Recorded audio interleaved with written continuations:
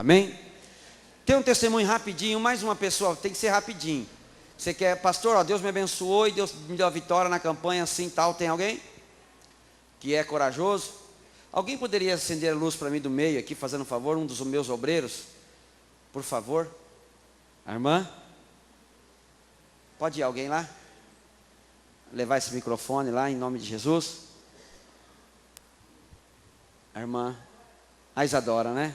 Eu vi lá, que benção, hein? Coisa linda esse testemunho.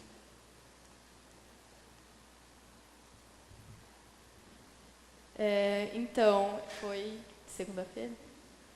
Eu queria agradecer muito a Deus, porque eu estou lutando desde o ano passado para passar no vestibular da UEM. E não sei se vocês sabem, mas eu danço e em média eu treino umas 5 horas por dia. Então eu não tinha muito tempo para ficar estudando em casa. E o ano passado foi meio que uma decepção para mim, porque não deu tempo de eu estudar tudo e eu não consegui passar. Aí eu comecei esse ano muito decepcionada e cabisbaixa, mas Deus me deu a vitória, mesmo eu não podendo, não tendo tempo de estudar muito, porque eu danço também.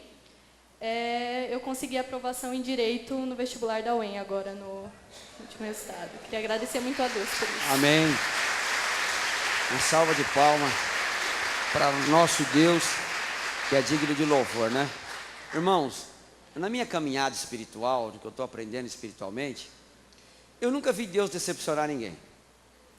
Nós decepcionamos Deus, mas Deus não decepciona ninguém.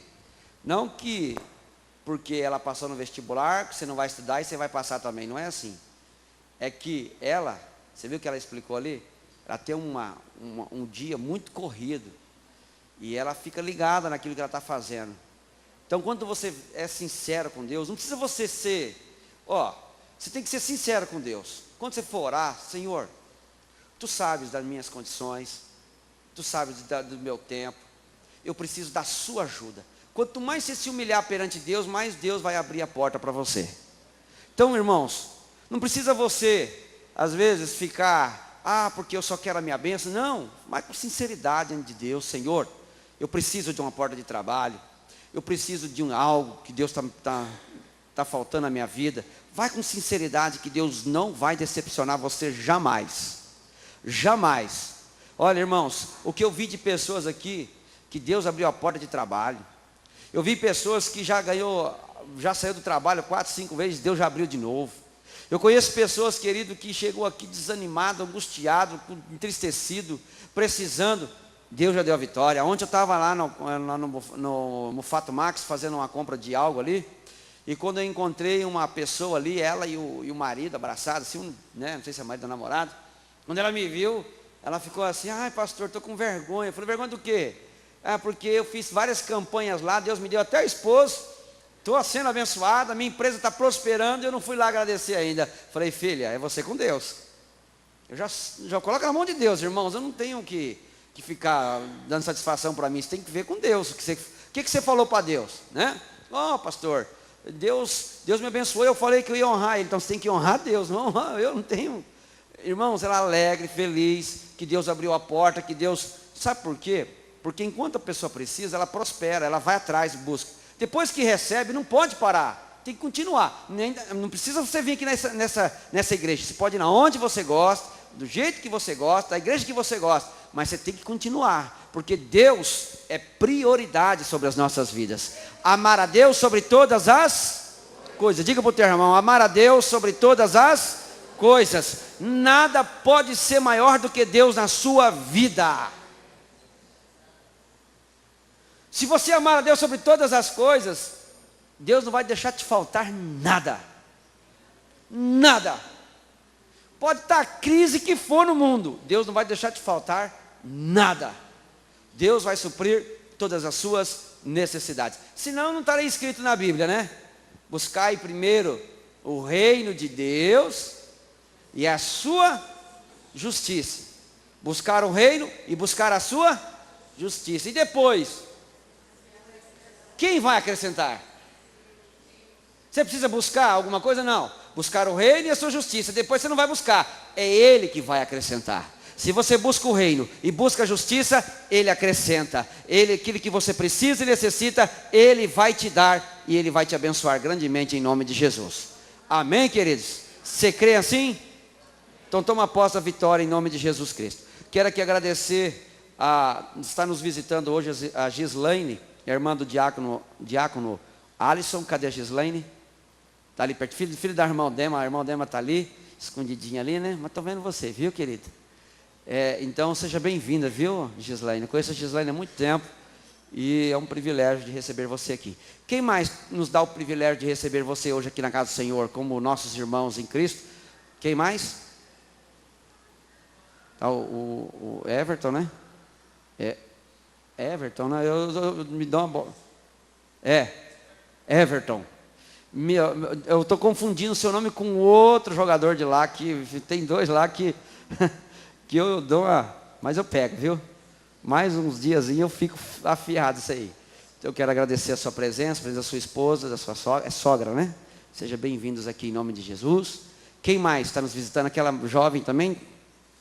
Segunda vez? Seja bem-vinda, tá, querida? Que bom te receber aqui. Quem mais pela segunda, até a terceira vez? Até a terceira vez. Ali, seja bem-vinda em nome do Senhor Jesus. Que bom, em nome de Jesus. Alguém me chamou aqui? Ah, tá. Alguém mais nos dá uma honra? Lá atrás, seja bem-vinda em nome de Jesus Cristo. Vamos falar todos juntos? Sois bem-vindos em nome do Senhor Jesus. Amém? Se gostou, pode ficar. Você vai ser bem recebido aqui em nome de Jesus. Tá bom, querido? Eu queria que você que estivesse pertinho dessa pessoa que está aí, que ergueu a mão, que é visitante, estenda a mão para ela e diga assim: ó, seja bem-vindo aqui, em nome de Jesus Cristo. Que honra te receber, que honra estar com vocês hoje aqui. É um privilégio muito grande estar com vocês em nome de Jesus. Amém, queridos? Que bom estar num culto como esse, aonde nós estamos aqui com várias pessoas, né? Tem pessoas jovens, pessoas mais idosas, pessoas, né, mais adolescentes, tem pessoas com uma posição melhor, uma posição mais simples, não importa, irmãos, portanto nós somos irmãos em Cristo. Deus não faz acepção de pessoa. Por isso que eu gosto da igreja.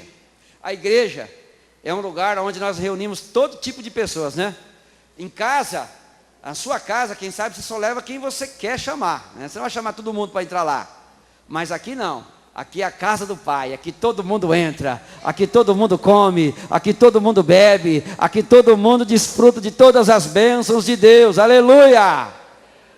Pastor, mas tem comida? Tem, aqui ó. Tem bebida? Tem, o Espírito Santo está te enchendo.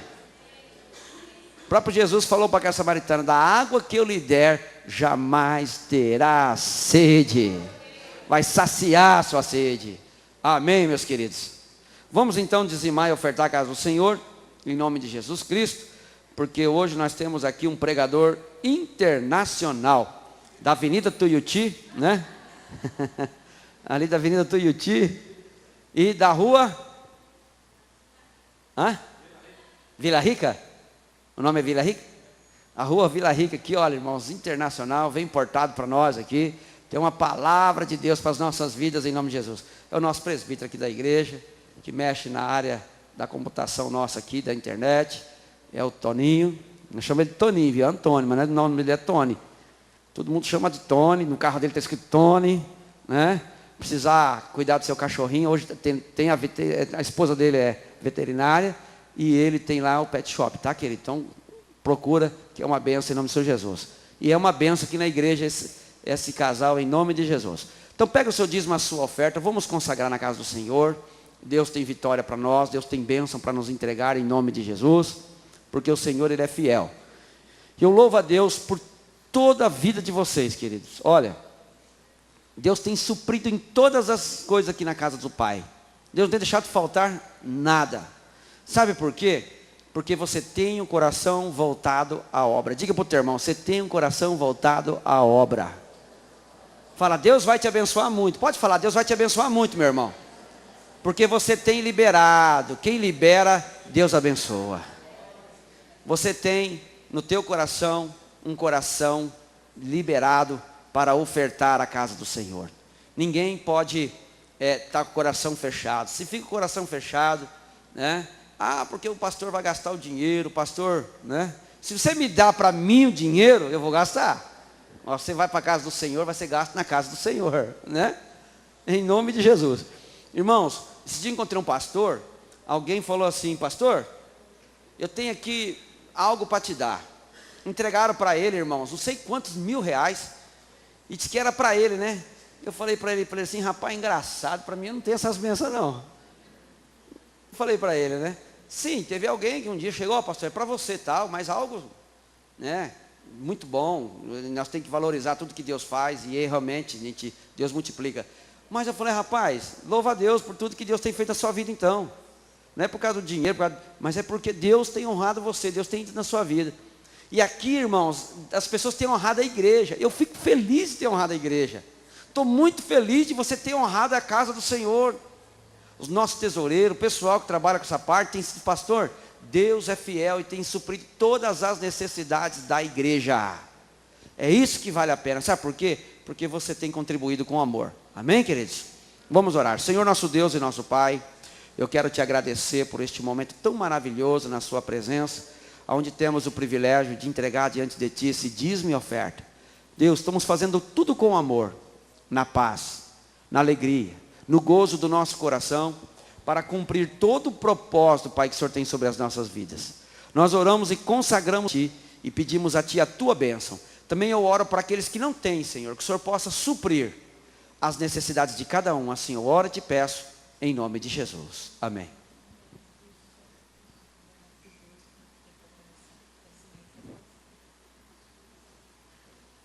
Irmãos, mandaram, eu estou avisando, que quem for fazer o discipulado, dá o nome para o presbítero Júlio, tá? Para fazer o discipulado aqui na igreja. Presbítero Toninho, fica na benção, viu, meu irmão? Amém. Deixa Deus te usar. Glória a Deus. Cumprimento a todos com a paz do Senhor Jesus, amém? Amém. Grande é o Senhor dos exércitos. E para esta noite, irmãos, eu pedi uma palavra que fosse de encontro a cultos de vitória, a você que vem trazer um pedido da vitória, um pedido do milagre, e algo que tocasse o coração do povo. E Deus tocou o meu coração primeiro, porque Ele disse para mim: eu estou no controle de todas as coisas, amém? Amém. Grande é o Senhor dos exércitos. E para isso, eu destaco uma mensagem, um salmo que está lá no Salmo 103, um salmo de Davi. Vejam que é um homem de controle. Davi é um homem de controle. Ele controlava exércitos. Ele foi o maior rei de Israel, o rei mais guerreiro. E ele remetia. Tudo aquilo que ele conquistava estava debaixo do controle do Senhor. Salmo 103, a partir do verso 19. Ele passa o salmo inteiro bendizendo o nome do Senhor, e no final ele coloca isso, que Deus está no controle de todas as coisas. Salmo 103, verso 19. Está escrito assim: o Senhor estabeleceu o seu trono nos céus, e como rei domina sobre tudo que existe. Bendigam o Senhor, vocês, seus anjos poderosos, que obedecem à sua palavra. Bendigam o Senhor, todos os seus exércitos, vocês, seus servos, que cumprem a sua vontade. Bendigam o Senhor, todas as suas obras, em todos os lugares do seu domínio. Bendigam ao Senhor. Vamos orar. Senhor Deus e Pai, obrigado por esta palavra. O Senhor fala comigo já hoje. O Senhor fala comigo já há alguns dias, que o Senhor está no controle da minha vida, que o Senhor está no controle da vida de todos que estão aqui. O Senhor está no controle do meio social, o Senhor está no controle de tudo. E nós, louvando o seu nome, bendizendo o seu nome, o Senhor vai fazer grandes coisas no meio do seu povo. Assim acredito, em nome de Jesus, amém. Pode se assentar. Destacando primeiro esse texto, eu não vou falar da vida de Davi, mas eu gostaria de destacar que nesse texto aqui nós encontramos três coisas que ele controla. No versículo 20, ele fala seus anjos poderosos, ou seja, Deus vai estar no controle de todas as coisas. Ele tem que estar no controle também do mundo espiritual. Então ele controla os anjos e os demônios, ou seja, nenhum anjo, nenhum demônio pode fazer alguma coisa se ele assim não permitir. Quando você vê na vida de Jó, Deus permitiu que o demônio acabasse com a sua família, acabasse com as suas coisas, matasse seus filhos, tirasse a sua saúde, mas Deus falou assim, só não toca na vida dele, porque se deixasse, o demônio teria matado também Jó. Então o demônio só pode fazer até onde Deus manda. Existe uma passagem na Bíblia que Deus manda um anjo do Senhor para destruir Jerusalém, porque estava em pecado, e o anjo do Senhor pegou a sua espada e começou a destruir Jerusalém. Chegou um momento que Deus falou para. Do jeito que Deus falou o anjo parou com a sua espada desembainhada, ou seja, o anjo foi até onde Deus mandou. Então ele está no controle do mundo espiritual. Para quem acredita no nosso Deus, quem acredita na nossa Bíblia, o mundo espiritual que se relaciona conosco são os anjos e os demônios. As pessoas aí fora falam que é espírito de pessoas. Nós não acreditamos nisso. Então se vem algum espírito falar com alguém, pode saber que é um anjo ou um demônio. E o anjo fala com as pessoas, falou com Maria. Os demônios também falam que são pessoas, são anjos enganadores. Então ele está no controle desse mundo também. Outro ponto é no verso 21. Deus está no controle dos seus exércitos, de vocês, dos seus servos. Então Deus está no controle de cada um de nós. Ele está no controle da nossa sociedade também. No versículo 22, ele controla todas as suas obras, ou seja, ele está no controle da natureza. Você pode observar, até nessa história de Moisés que está passando aí na novela, que Deus controlou a chuva, controlou o granizo, controlou os animais, mandou insetos, mandou doenças. Ele está no controle de todas as coisas. Só que a gente tem que ter ideia que ele controla tudo, mas ele não manipula o processo a todo tempo. Ele deixa muita coisa acontecer, até coisas ruins acontecer. Isso não quer dizer que quando acontece alguma coisa ruim, ele perdeu o controle. Não, tudo está debaixo do seu controle, inclusive nas coisas ruins. Inclusive quando nós perdemos o controle, às vezes, de alguma área de nossa vida, perdemos o controle do nosso casamento, ou perdemos o controle da nossa vida financeira, nós perdemos o controle. Mas o Deus Todo-Poderoso, mesmo assim, Ele está no controle de tudo. E se você louvar a Ele, bendizer a Ele, como diz o Salmo todo, bendizei ao Senhor, Ele vai resolver o seu problema, porque Ele controlou tudo. E para isso, eu gostaria de trazer uma história, que não é a de Davi, mas história de um rapaz fantástico na Bíblia, que é José, chamado de José do Egito. A sua história começa lá, está narrada a partir em Gênesis, a partir do capítulo 37. Só que ele já estava controlando a vida desse José desde o seu nascimento, da história do seu nascimento, que vem lá no capítulo 30.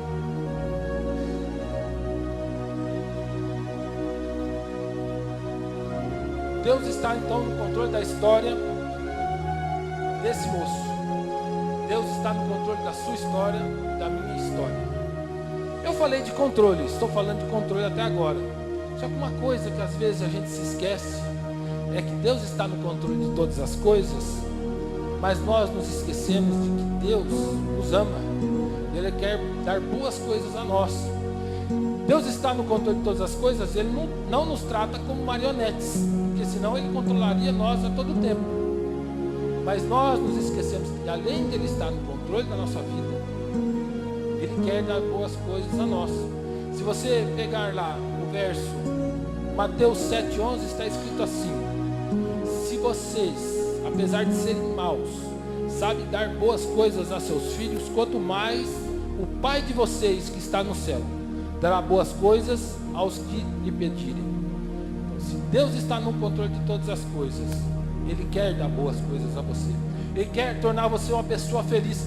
Não importa o problema que está passando. É por isso que eu vou citar a história de José. Quantos problemas esse rapaz sofreu na sua vida? para no final ser abençoado, sim. Se você for analisar a vida dele, a maioria de nós não aguentaria o que ele aguentou. A maioria de nós faria aquilo que a mulher de Jó pediu para ele fazer: amaldiçoa esse Deus e saia dele. Em tempo nenhum Jó amaldiçoa Deus, e ele recebeu tudo aquilo que perdeu em dobro. Em tempo nenhum José, que passou por diversas tribulações, amaldiçoou a Deus, e no final ele foi abençoado.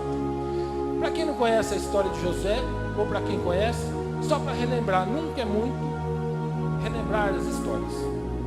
Deus já está no controle da história desde o seu nascimento. Se você pegar o capítulo 30 de Gênesis, não precisa abrir. Eu não vou citar porque é uma história tão pouco comprida. Vou tentar abreviar o máximo possível. Se você pegar o nascimento de José no capítulo 30, mostra que a sua mãe Raquel era infértil. Isso é recorrente nessa família, que começou lá com Abraão, que tinha sua mulher Sara, que não podia ter filhos. Teve filhos numa velhice que nenhuma mulher conseguia ter filhos. Por que será isso? A Rebeca, a mulher de Isaac, filho de Abraão com Sara, também não podia ter filhos. Quando Deus concedeu filhos, ainda deu gêmeos para dar uma confusãozinha, onde um deles era Jacó e outro era Esaú. Aí Jacó, que não tinha sido primogênito, tem aquela história que ele ganhou a primogenitura. E Jacó, da mulher do seu amor, que foi Raquel, ele levou 14 anos para conseguir casar com a Raquel. Casou-se com a Raquel e não conseguia ter filhos, até que Deus o abençoou. Então no capítulo 30 está escrito que Raquel era infértil. No final do capítulo 30, até que Deus abençoou ela, escutou o seu clamor e deu um filho. E esse filho chamava-se José. Esse José queria dizer que Deus acrescente mais um filho. Quando ela deu esse nome, é para que Deus desse mais um filho. Aí Deus deu Benjamim. Só que foi esse Benjamim, no nascimento desse Benjamim, Raquel acabou morrendo. Tudo bem, isso é uma história. Só que por conta de ser o filho da mulher amada de Jacó teve várias mulheres. Teve mais mulheres, teve até, vamos dizer assim, das suas mulheres, algumas servas, inclusive de Raquel, porque ela não podia ter filhos, deu uma serva para ele ter filhos. Desses filhos que ele teve 12 filhos homens, que formaram as 12 tribos de Israel. E uma delas era pelo patriarca José. E esse José era um filho mimado por ele, porque era a filha da mulher que ele mais gostava. Ele dava as melhores vestes, e seus irmãos, era uma casa muito grande, quem tem uma família muito grande sabe que dá confusão entre os irmãos. Os seus irmãos tinham inveja dele. Por causa dessa inveja, aqueles que deveriam defender ele acabaram vendendo ele para um mercador de escravos, e ele foi parar no Egito. Já pensou, irmãos, você ser vendido pelos seus irmãos, ser jogado numa cisterna? Quase eles pensaram até em matá-lo, mas Deus do impossível não deixou ele morrer, porque tinha propósito na vida dele. Aí ele foi vendido para um mercador de escravos. Esse mercador de escravos levou José até o Egito e vendeu o principal da guarda do rei, do faraó, que era Potifar. Tudo bem, ele estava lá escravo daquele Potifar, mas ele não se sentia escravo. Esse menino, quando ainda estava com os irmãos, sonhou que os irmãos dele iriam se dobrar ante ele. Falou isso para os irmãos, e os irmãos odiaram mais ainda. Mais um motivo para os irmãos ter ódio dele e vender ele. Mas o que eles fizeram? Então vamos vender, vamos se livrar dele. Quando a gente faz alguma coisa errada, irmãos, a nossa tendência é esconder o pecado. Nós que estamos aqui na igreja, normalmente, nós nos apresentamos aos irmãos como pessoas corretas, perfeitas. Mas a Bíblia diz que todos pecam. O único que não pecou foi morto lá na cruz do Calvário. E nós temos a tendência de esconder nossos pecados. Você não vai falar todos os pecados que você tem para todo mundo. E o que os irmãos de José fizeram? Tentaram matar o seu irmão e acabaram vendendo para o Egito, vendendo como marcador de escravos. Nunca mais vamos ver esse. Que decepção também teve o pai dele quanto a isso. O filho que ele mais amava era dado como morto. Para isso, eles mataram um cordeiro, jogaram sangue nas vestes de José e levaram para o seu pai. Ele foi morto por um animal selvagem. José, desprezado pela família, chegou na escravidão, na casa desse general Potifar. Então vocês acham que ele fez corpo mole? Quantas pessoas estão trabalhando às vezes num lugar que não gosta do trabalho, amaldiçoando o seu patrão, amaldiçoando o seu salário e fazendo corpo mole? Você acha que no momento de crise, se o patrão tem um funcionário desse, ele vai manter esse funcionário no quadro? Não vai mandar embora. José não, estava na pior situação possível, mas o que ele fez? Ele foi o melhor trabalhador mesmo naquela situação. E por quê? Ele estava escravo, mas na sua mente ele não era escravo. Na sua mente Deus tinha um lugar melhor para ele. E aí o que aconteceu? Potifar viu isso e colocou eles no comando de toda a sua produção. Aí tudo bem, ele está prosperando lá, com certeza ele ia ser exaltado, com certeza num futuro próximo até o seu patrão poderia dar sua liberdade. Aí o inimigo não gosta disso, colocou o desejo na mulher de Potifar e ela tentou a ele, mas ele respeitava o seu Senhor, ele respeitava a Deus e ele respeitava os ensinamentos do seu pai. Isso é muito importante na nossa vida, respeitar os ensinamentos do nosso pai. Como este filho foi o filho do amor do seu pai, Israel ou Jacó, ele respeitou todos os ensinamentos do seu pai e ele carregou consigo isso. Vejam que os filhos criados com o amor de pai, ele respeita o meio social.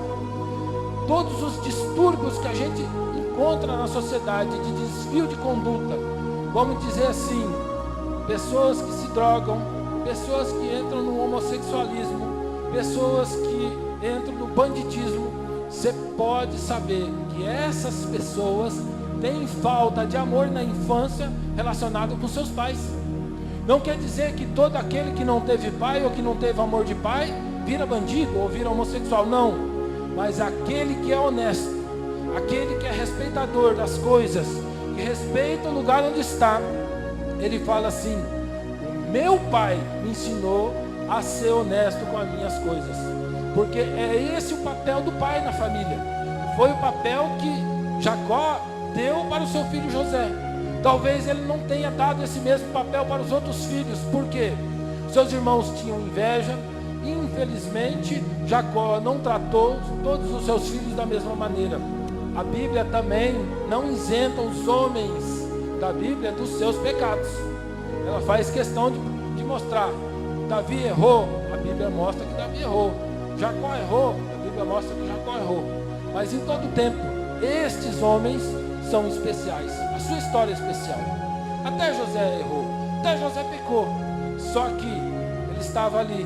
O inimigo não queria que ele permanecesse na bênção. O que aconteceu? A mulher de Potifar tentou a ele ao ponto de arrancar suas vestes, de ele sair quase nu correndo, e ela acusou: esse aqui tentou me abusar. Aí o que aconteceu? Potifar mandou prender. Eu fico olhando para essa história. Potifar deveria ter mandado matar um escravo que fizesse isso com a sua esposa. Eu creio que ele acreditava que a sua esposa teria uma certa culpa. Mas é difícil para o homem admitir ser traído por uma mulher. É melhor aceitar a mentira da esposa do que mostrar para todo mundo que a sua esposa era infiel a ele. É difícil falar para a sociedade que uma esposa é infiel. Então, ele prezava muito por José. Inclusive, Ele não matou José porque ele acreditava um pouquinho que José não tinha feito aquilo. Mas José foi para a prisão. Então tá, desprezado pelos irmãos, jogado na prisão injustamente. Ele falou assim: agora eu não faço nada, ou eu quero morrer, ou eu quero me esconder. Não, ele começou a trabalhar na prisão. Ele começou a trabalhar na prisão e fazer as coisas tão certas, organizou a prisão. Eu garanto para vocês que ele tinha até a chave das celas. E ele não fugia porque se ele tinha a chave das celas. Se ele fugisse, ele seria um fugitivo pro resto da vida dele e não chegaria onde ele chegou. Mas ele ficou ali, até que apareceu 2 servos de Faraó e foram presos porque fizeram algo muito errado. E chegaram lá na prisão e de repente eles começaram a ficar tristes. Com certeza ele conversava com todos os presos e ele perguntou: por que vocês estão tristes? Ah, é porque nós sonhamos, nós fomos presos porque o Faraó se ofendeu com algumas coisas lá do nosso serviço. Um era padeiro, o outro era copeiro, e ele mandou nos prender. Nós sonhamos esses dias e não sabemos interpretar esses sonhos. E aí, no meio do sonho, um explicou: ah, eu sonhei com 3 videiras, o outro sonhei com 3 cestas de pão. E as 3 videiras eu servia depois, isso copeiro, eu servia depois o vinho ao Faraó. E o que sonhou com 3 cestas de pão, vieram as aves do céu e comeram todos os pães. E aí José falou assim: o meu Deus pode interpretar esse sonho. Vejam que no meio da prisão, depois de tudo que já tinha acontecido com ele, mesmo assim ele louvava o seu Deus, a interpretação de sonhos. Aí ele chegou e falou assim: você copeiro, essas 3 videiras, quer dizer que daqui a 3 dias você voltará à casa do rei e continuará sendo copeiro dele. E para o padeiro ele falou assim: essas 3 cestas de pão, daqui 3 dias você será morto e você será morto e você será jogado às aves do céu. E foi isso que aconteceu. Ele pediu para o copeiro: ó, quando você voltar ao Faraó, quando você voltar à mesa do Faraó, lembre-se de mim para tirar dessa prisão injusta que eu estou. Pois o copeiro voltou dali 3 dias, mas ele se esqueceu de José. Mas Deus não esqueceu de José. Ele ainda ficou o tempo. Neste período, até começar Faraó a sonhar, se passou-se aproximadamente 15 anos. Ele tinha sido vendido com 17 anos. O Egito hoje já era um homem formado. Foi aí o tempo que Faraó começou a sonhar com as vacas magras, com as vacas gordas, com as espigas fortes, com as espigas sem grãos.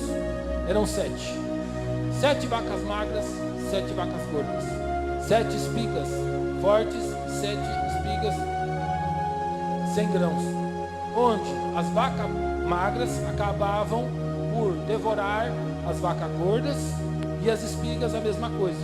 Uma história estranha. Nenhum sacerdote do povo egípcio conseguiu interpretar aquele sonho. Isso estava angustiando o rei. Até que o copeiro ouviu essa história.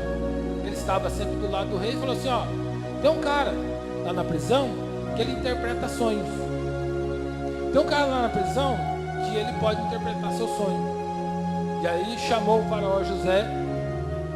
Lógico, colocaram vestimentas novas nele, porque ele era prisioneiro, com certeza estava barbudo. O povo egípcio da época não tinha barba. Rapava os seus cabelos, se apresentou para ele. E aí ele falou assim: essas 7 vacas gordas, essas 7 espigas cheias representam 7 anos. 7 anos de prosperidade. Essas 7 vacas magras, essas 7 espigas sem sementes, representam 7 anos de escassez. Se o Senhor arrumar alguém que administre os 7 anos de bonança e armazene uma boa parte, uma quinta parte da produção, no período ruim, o Egito terá sobras para ele e para muita gente, e o Egito prosperará. Faraó se convenceu que era certo e achou nele uma pessoa para controlar isso.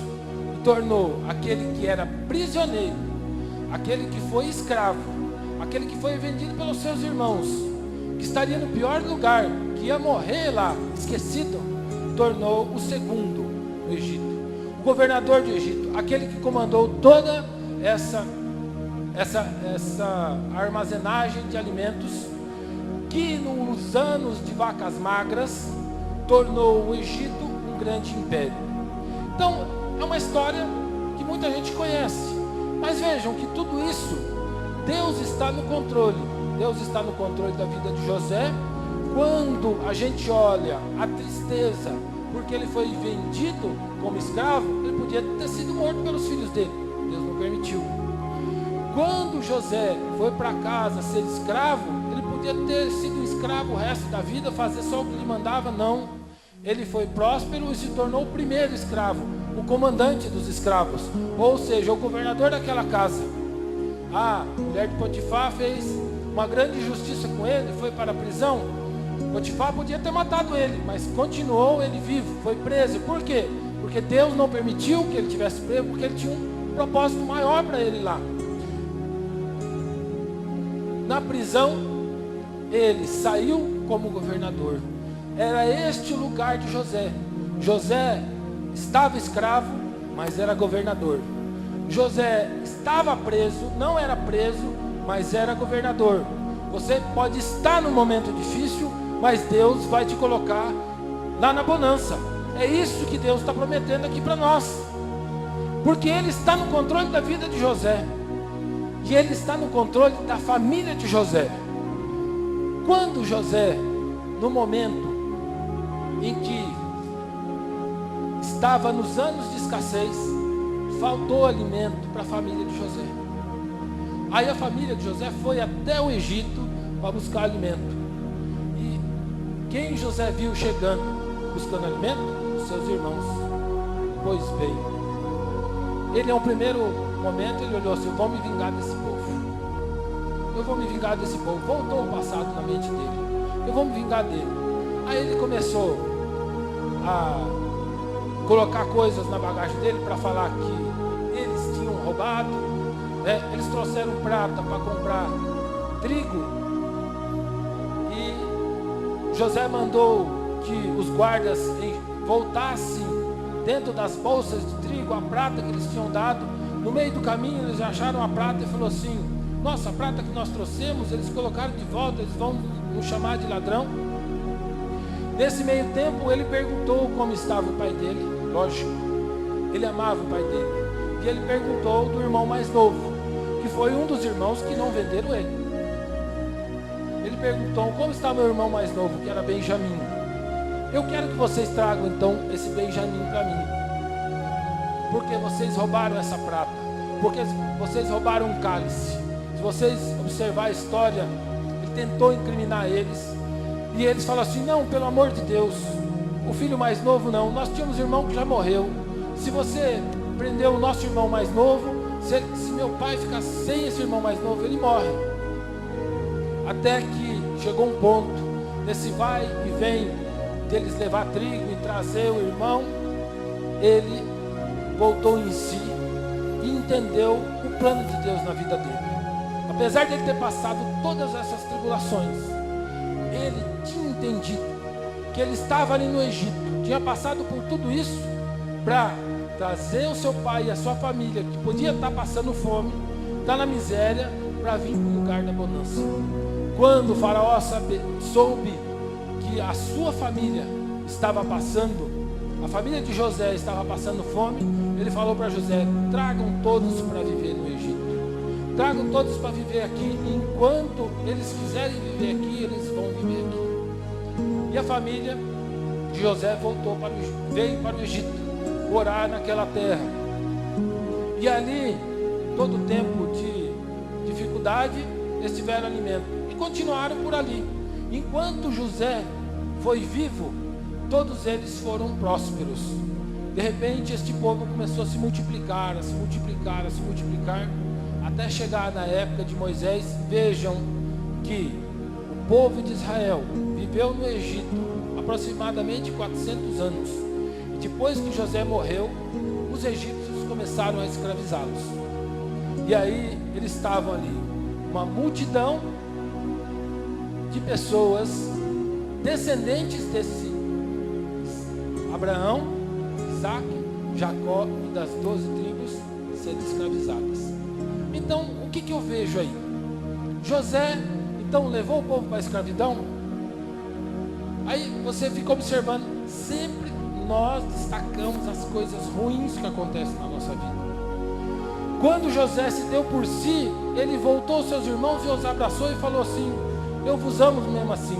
Eu sei que tudo isso aconteceu porque Deus tinha um propósito na minha vida, de eu ser governador do Egito e trazer a minha família para cá. E ele trouxe a família para um lugar onde a família ia se multiplicar muito, porque a multiplicação dessa família foi promessa lá do bisavô de José, foi promessa para Abraão. Diz as escrituras que a descendência de Abraão seria muito mais do que as estrelas do céu. E quantas pessoas vocês acham que saíram lá de Canaã para o Egito? Quantas pessoas eram da família de José? Se você pegar lá em Gênesis 46, 27, está escrito assim: e os filhos de José, que eles nasceram no Egito, eram 2 almas. José teve 2 filhos. E todas as almas da casa de Jacó que vieram do Egito eram 70. Aqui está, das 12 tribos de Israel, 70 pessoas. Esse era o povo de Deus. Esse eram as 12 tribos, 12 irmãos de José. Desses 12 irmãos de José, com José, 11 irmãos de José, mais os 2 filhos de José, formam as 12 tribos de Israel. Um dos 12, Levi, ia ser sacerdote.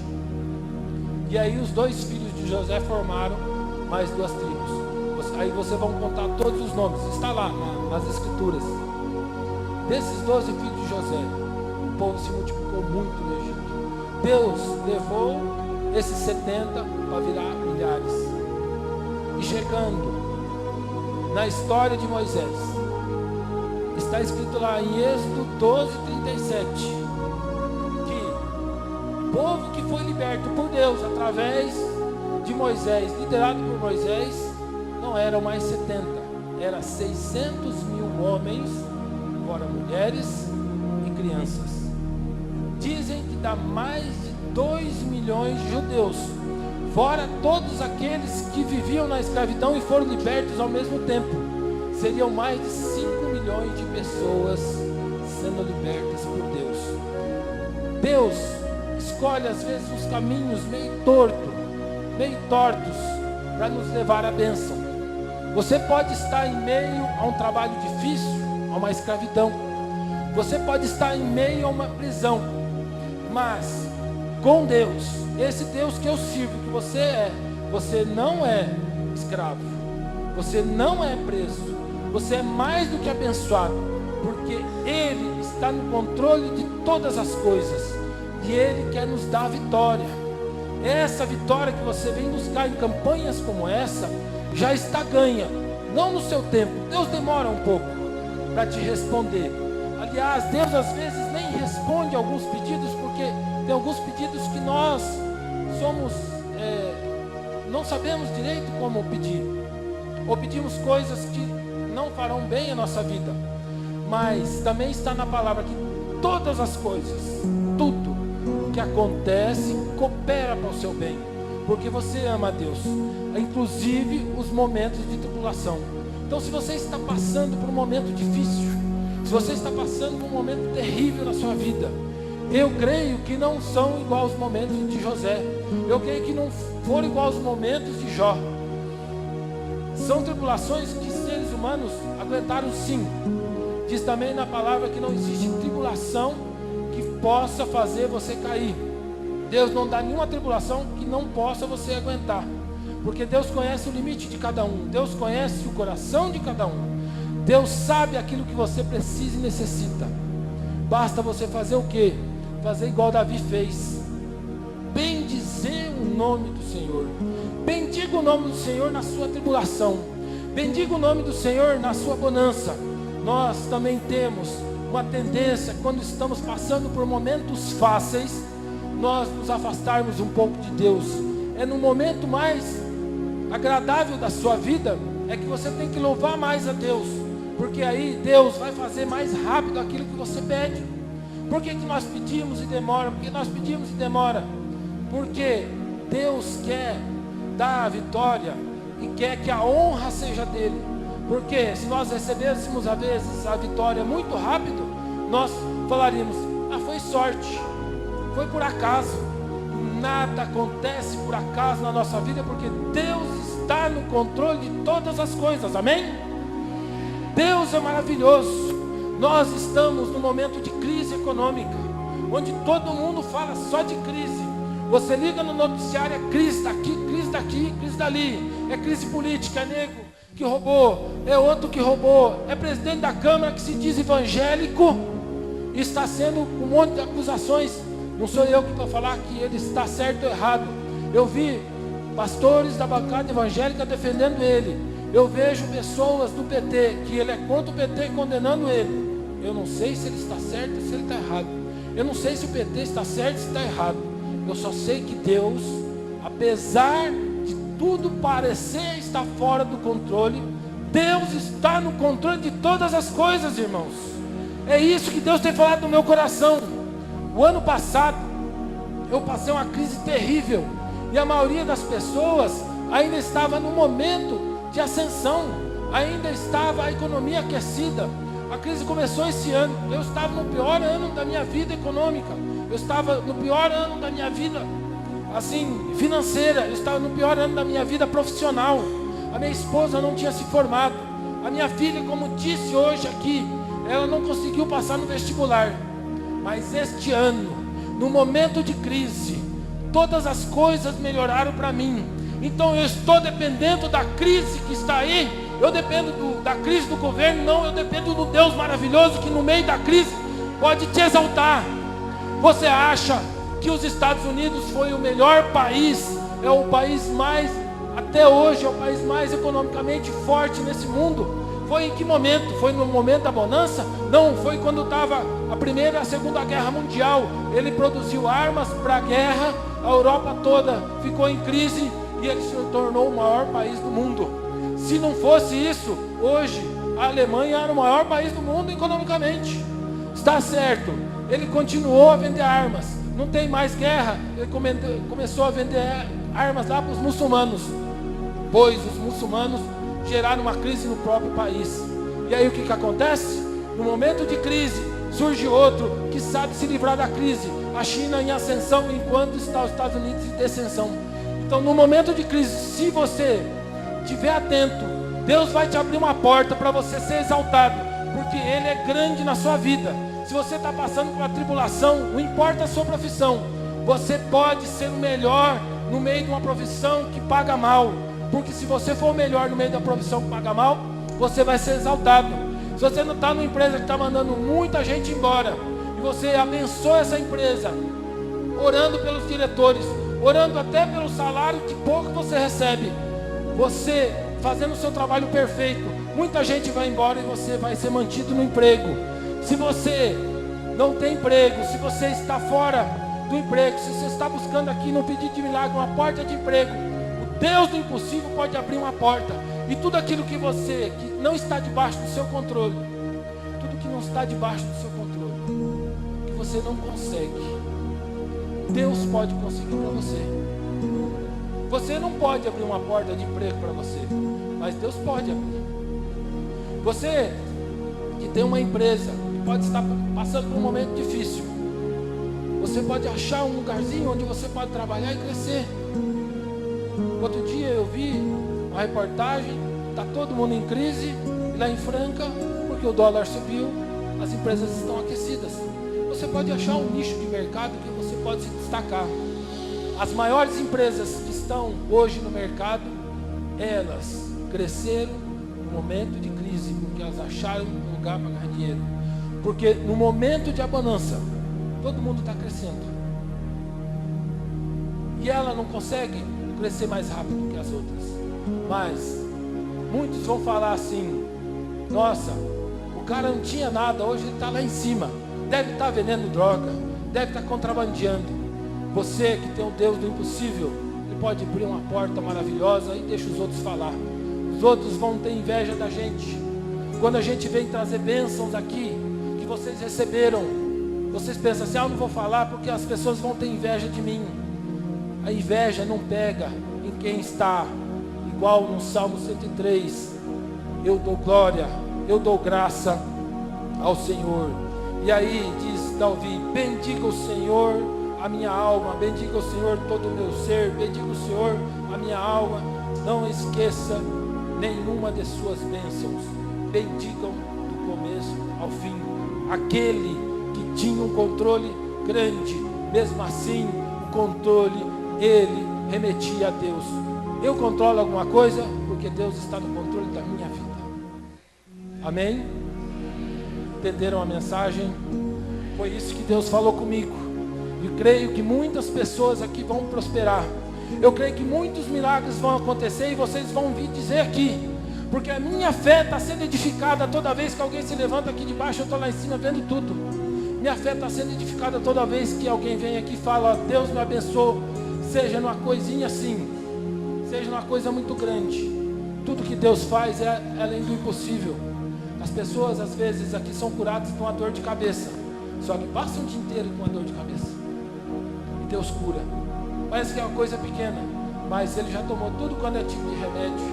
O remédio melhor está aqui no Deus que está presente nesse lugar.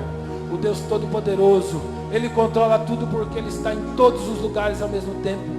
Ele controla tudo porque Ele sabe de tudo. Ele sabe do nosso passado, Ele sabe do nosso presente, Ele sabe do nosso futuro. E Ele tem poder de fazer tudo sobre todas as coisas, em nome de Jesus. Amém? Eu gostaria de orar por cada um aqui, para que vocês não se esquecessem que Deus está no controle e Ele quer te abençoar. Eu gostaria que essa oração o pastor cabeçasse. Amém? Está com a palavra o pastor Olivaldo. Aleluia. Em nome de Jesus. Vamos colocar em pé, meus queridos. Deus está no controle da sua vida. É Deus quem realiza, é Deus quem faz. Toninho, ó, seu esboço. Vamos orar neste momento. Antes de nós orarmos aqui, eu queria que você trouxesse aqui os seus pedidos de oração. Apresenta aqui no altar do Senhor. Traga o seu pedido de oração com fé. Deus está no controle da sua vida. Nós vamos clamar ao Senhor e Deus vai realizar o milagre. Já vou orar por você, porque eu sei que Deus ainda vai fazer coisas grandes e tremendas. Em nome de Jesus Cristo. Eu creio que Deus é fiel para operar, para realizar um grande milagre, uma grande obra sobre a sua vida. Em nome de Jesus. Glória a Deus. Deus já sabe o que você precisa. Deus já sabe o que você necessita. Deus sabe o que você está passando. Oh, aleluia. Espírito de Deus. Glória a Deus, glória a Deus, glória a Deus, glória a Deus. Glória ao Pai, ao Filho e ao Espírito Santo. Vamos nos colocar de joelho, irmãos. Eu quero convidar meus presbíteros, meus pastores. Você estende as mãos para cá, vamos orar. Senhor nosso Deus e nosso Pai, Deus de Abraão, Deus de Isaac, Deus de Jacó, Deus que tem operado, Deus que tem realizado milagres.